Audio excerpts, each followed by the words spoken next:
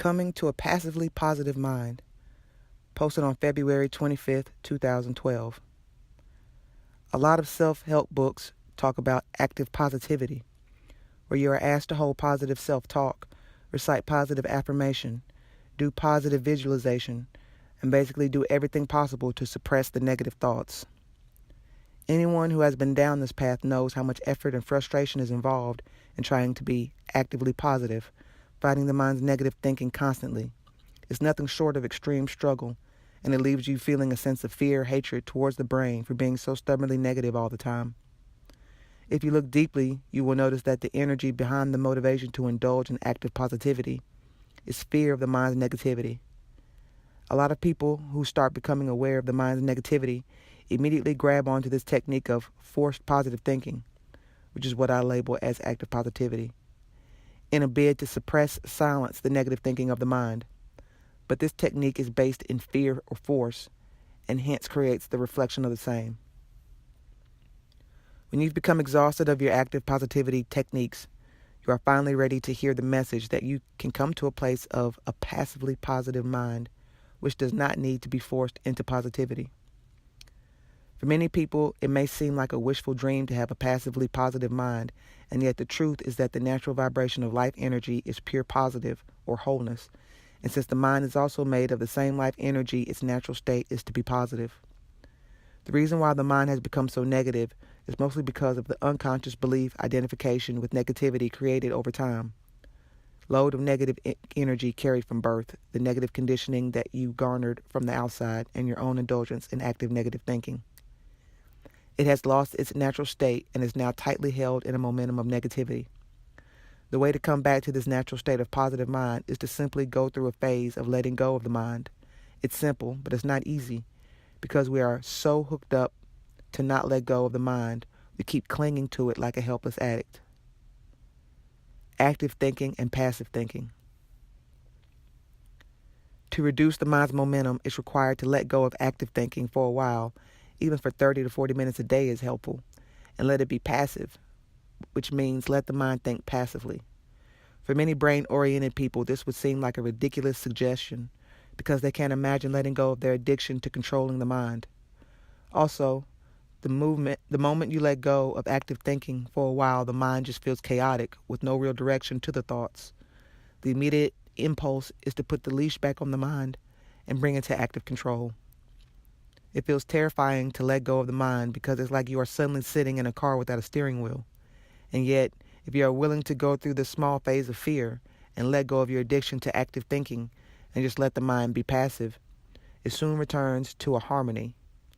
The time it takes depends on the negative momentum it has gathered in the past and your willingness to stay in a space of letting go. And it enters into the state of passive positivity. It also develops a clarity of purpose and moves through its full potential of expression. All techniques are part of active thinking, and if you've had experience with techniques, you know that they are just short-term relief mechanisms, and none of them allow the mind to come a state of passive positivity.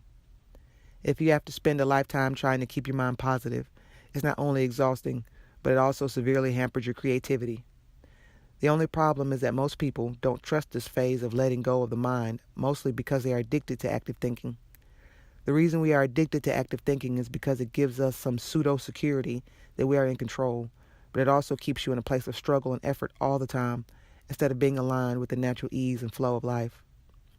There is nothing wrong with using active thinking to deal with some practical issues like calculating your budget, scheduling appointments, getting some small mechanical work done. But if your whole work is rooted in active thinking, it's a given that you already hate your work. The best quality of work is produced when it's not coming from strained active thinking, rather from an effortless existence, an effortless excellence, with the creativity inherent to your mind's natural makeup. When you do the work which is aligned with your natural makeup, you always feel effortless in your execution. For example, the best writers are the ones who write purely from effortless inspiration rather than writing from strained effort. The best programmers are the ones who are effortless in their intelligence in the area of coding. Linus Pauling, the guy who coded the Linux operating system, wrote several million lines of code on his own, and he enjoyed the whole process because it came from an effortless inspiration. We are all geniuses in some way. We just need to find our genius. The work into which you bring in an effortless excellence is truly what your calling is. The primary priority should be to first let go of the momentum of past negativity. This is the reason why it's needed to go through a small phase of letting go of the mind so that it can come to its natural harmony.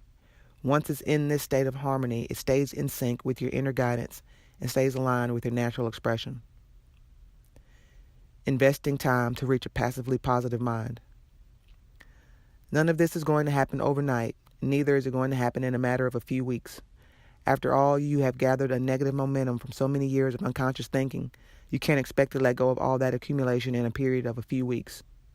Moreover, it's going to be challenging initially to let go of the mind because of your total addiction to it. But once you know what this process entails, you will know where you're heading, and hence there is much less confusion, anxiety in you towards letting this natural harmony happen.